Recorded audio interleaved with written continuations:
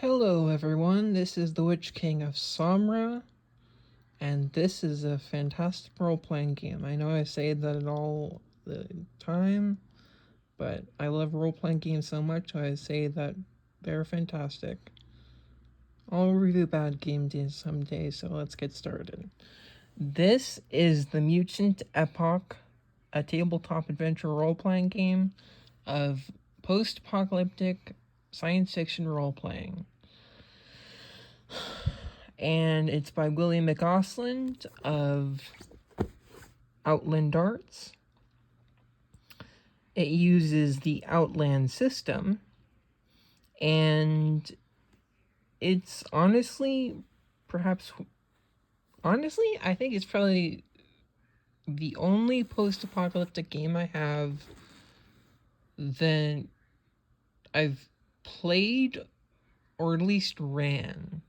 And had a great time doing it. I just wished I could get back into a group that played it with me. So let's get started, shall we? Don't worry about that. That's just my password for the site. But, yes.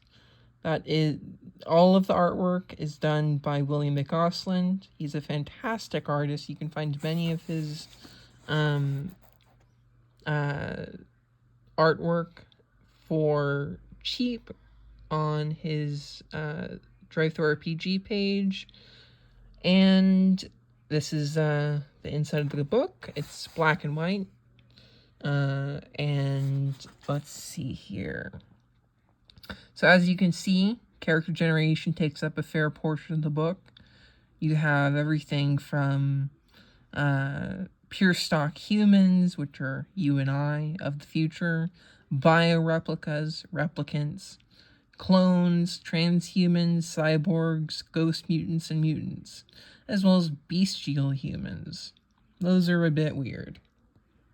Then it has gameplay, hazards, there we go, focus, creatures, robots and androids, relics, tables, and appendices.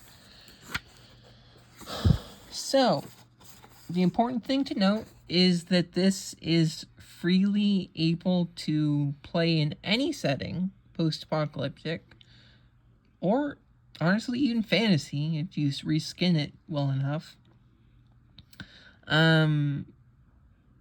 There are robots, there are androids. You can play anything from near future post-apocalyptic survival horror all the way into far future medieval, what's it called?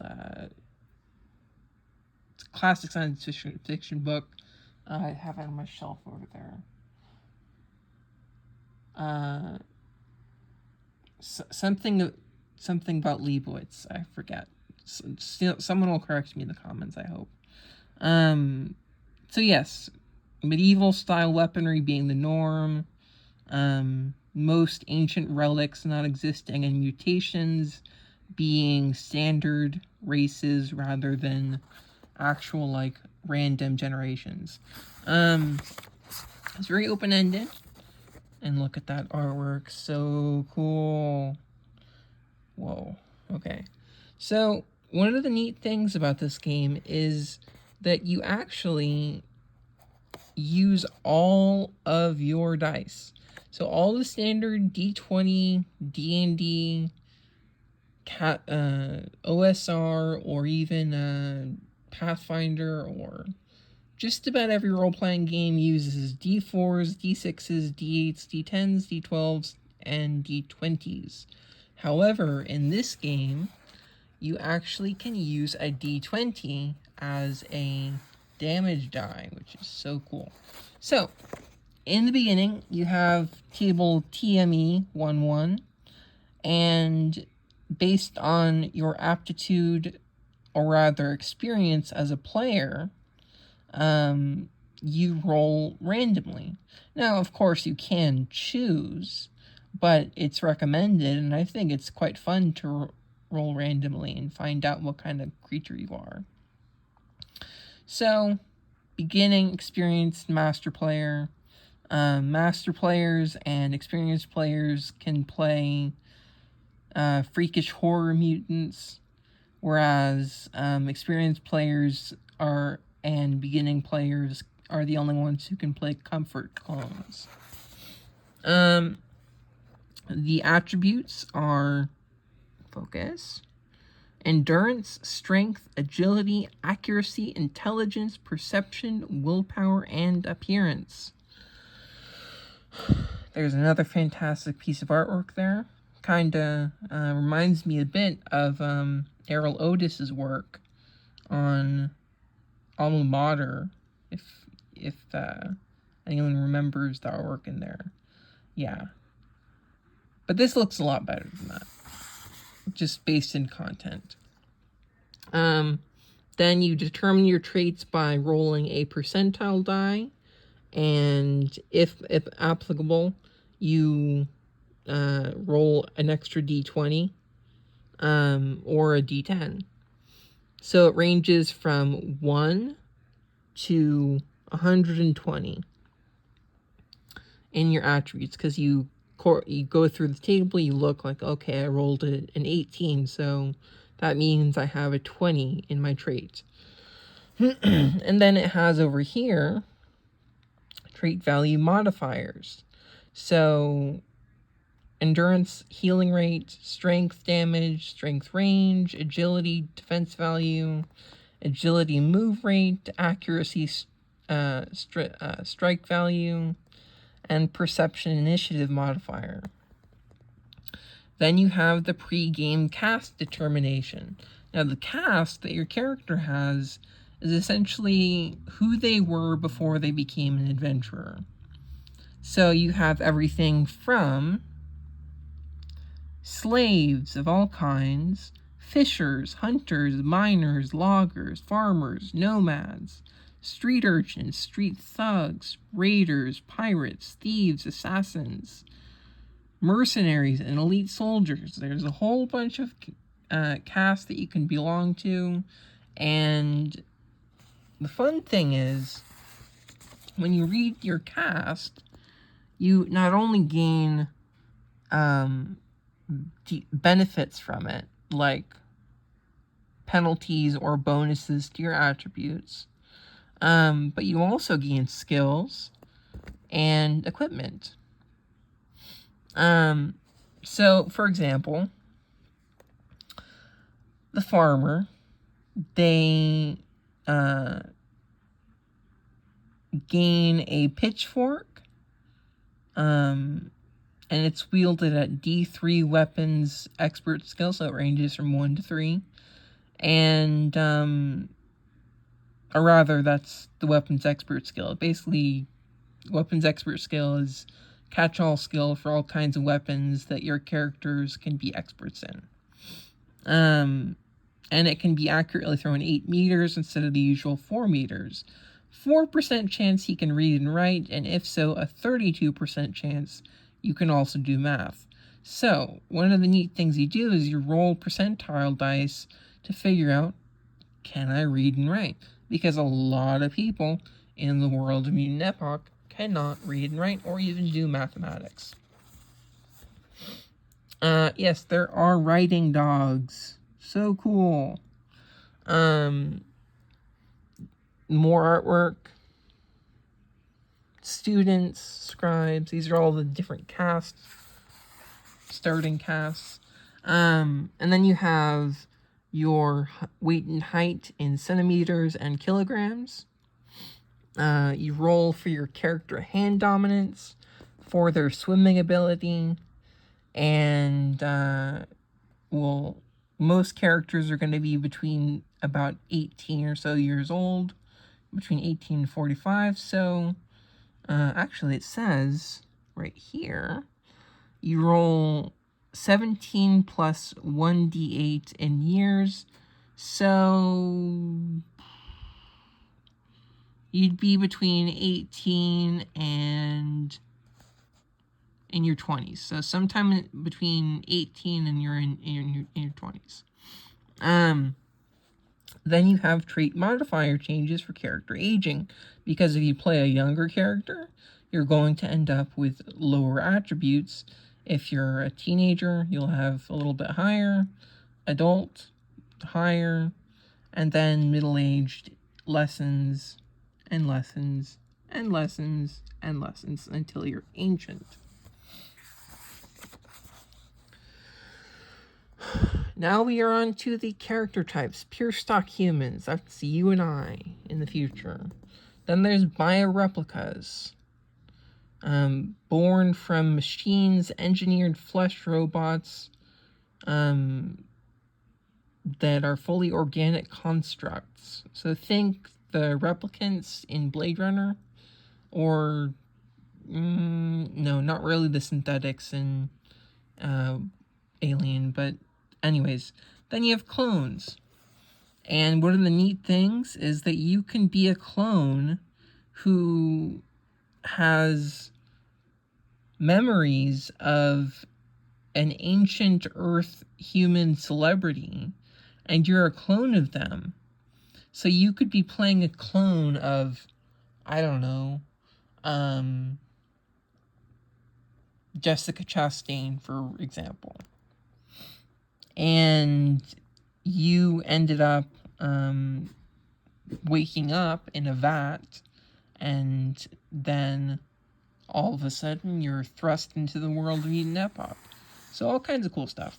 Then you have transhumans. They're arrogant. They're better than everyone else. They live longer. They have better attributes. But generally, they are not. They're not the nicest people. Then you have cyborgs, and yes, there are lots of neat cyborg attachments that you can have. It says you gain D2 offensive, D2 defensive, and D3 miscellaneous implants. And then if you make a mutant, there is mutant appearance tables, so you can have chalk white skin, lilac purple skin, gold hair, leaf green hair, or even peacock blue eyes or apple red eyes. I can see why Venger likes this game. It must please his color witch tendencies. And then you have bestial humans. These are pretty neat. But for example, you can play a mutant cockroach. Just let that sink in for a second. A mutant cockroach. Yeah. Or a mutant horse. Or a mutant praying mantis. So, yeah, there's all kinds of weird stuff. Some cursed knowledge that you might want to know is that the pig mutants, they are actually they can reproduce with humans. So yeah, pretty weird.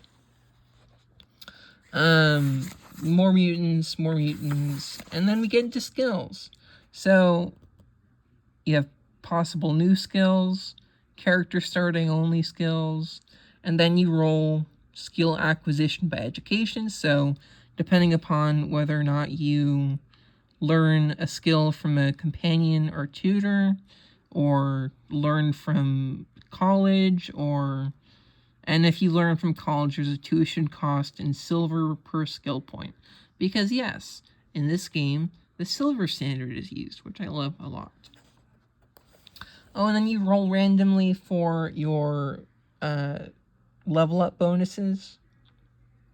So, gaining attribute points, skills, mutations, all kinds of cool stuff. Skills are pretty freeform. They're very OSR like.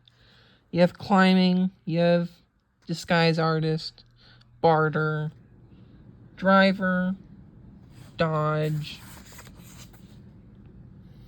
forgery, gambling, grappling, gunslinger, junk crafter. Junk crafter is pretty cool. It allows you to do make armor, guns, radios, all cool, all kinds of cool stuff. They're kind of overpowered. There's also a lying skill. There's also the knife fighting skill. So you can be a knife fighting warrior, knife throwing, and then you have medic, navigate by stars, which is very useful. Negotiating,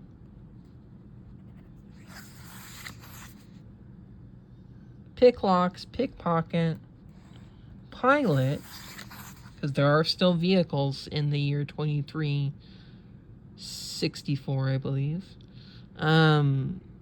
Riding, sniper, stealth, technician, computer technician, all kinds of types of technicians. And then you have tracking, unarmed combat, weapons expert, wilderness survival, martial artist, and then you have the mutations. A whole bunch of mutations that you roll 3 percentile dice to figure out.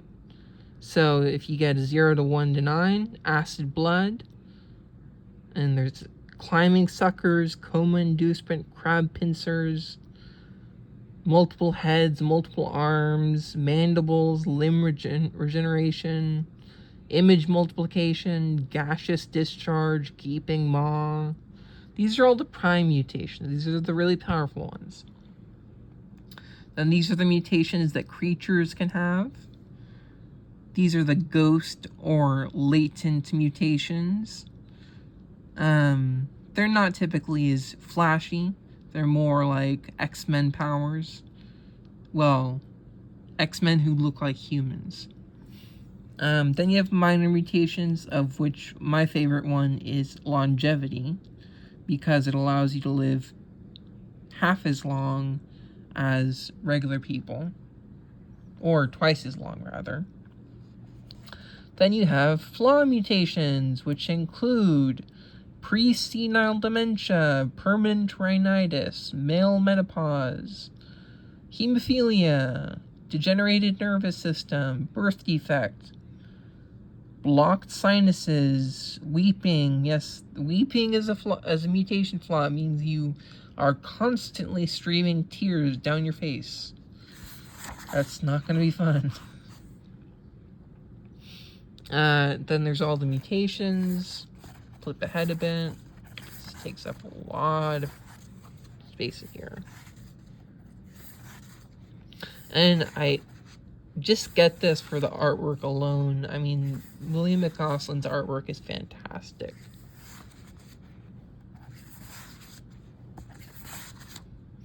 And then you have cybernetics. So this is the communication implant.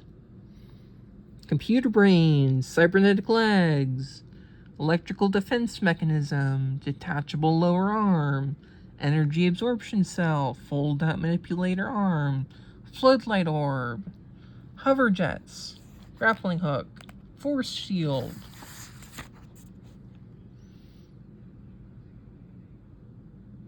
mini robotics hanger, so you can basically have drones come out of you. That's pretty badass.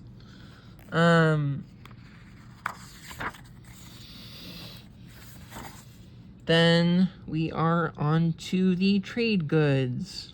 I should mention one of the flaws within this game is that it does not seem to have a encumbrance system. So make of that what you will. I don't particularly like that, but this game has so much to offer other than that. Yep, so that's the equipment. Called shots, combat, encounters. There's lots of random encounter tables For example, hills, mountains, badlands, deserts, snow, and ruins, ancient ruins, encounter matrix. All kinds of badass stuff in here.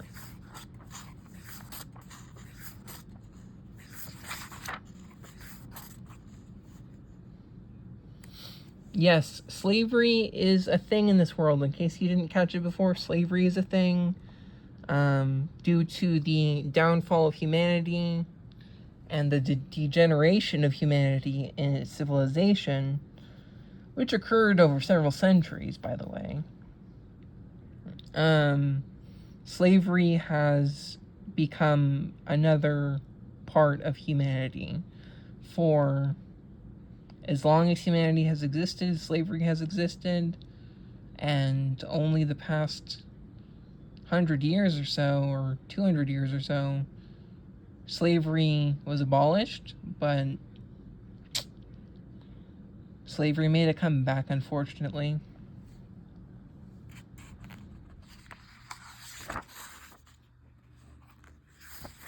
Random threats, creatures, look at that. So cool. Mutant bears.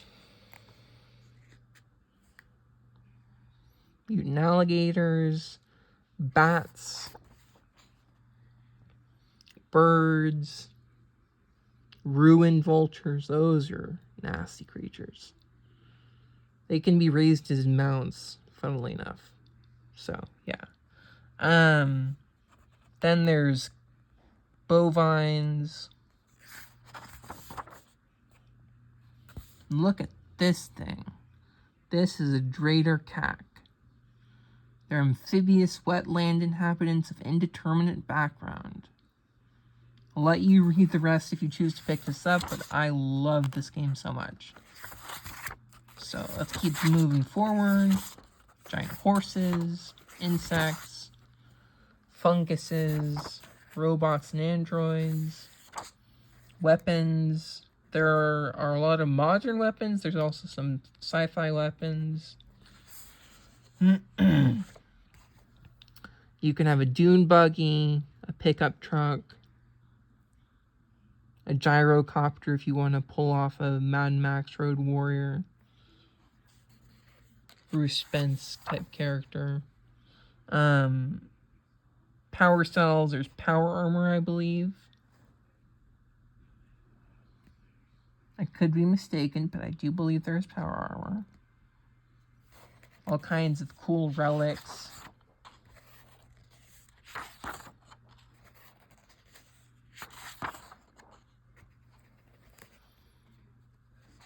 So, overall, what would I give this game a review score of? Well, artwork is fantastic. The amount of detail that goes into the game and how open-ended it is as a system is fantastic as well. So, for style, I'm going to give it a 5 out of 5 stars. For a substance, I think it has a 3 out of 5 stars. It definitely has some things that could be done better with it, some details that could have been filled out. So, let's add that up. 8. So, this game has a 4 out of 5 stars for me. It could be better, but it's pretty decent as it is. And I will be putting in links in the comments for you to purchase this game. I hope it interests anyone who watches my video. I hope someday to run it on my channel. But yeah, that was the Witch King of Samra. This was the video, and I hope you all have a good day, morning, evening, or night. Goodbye.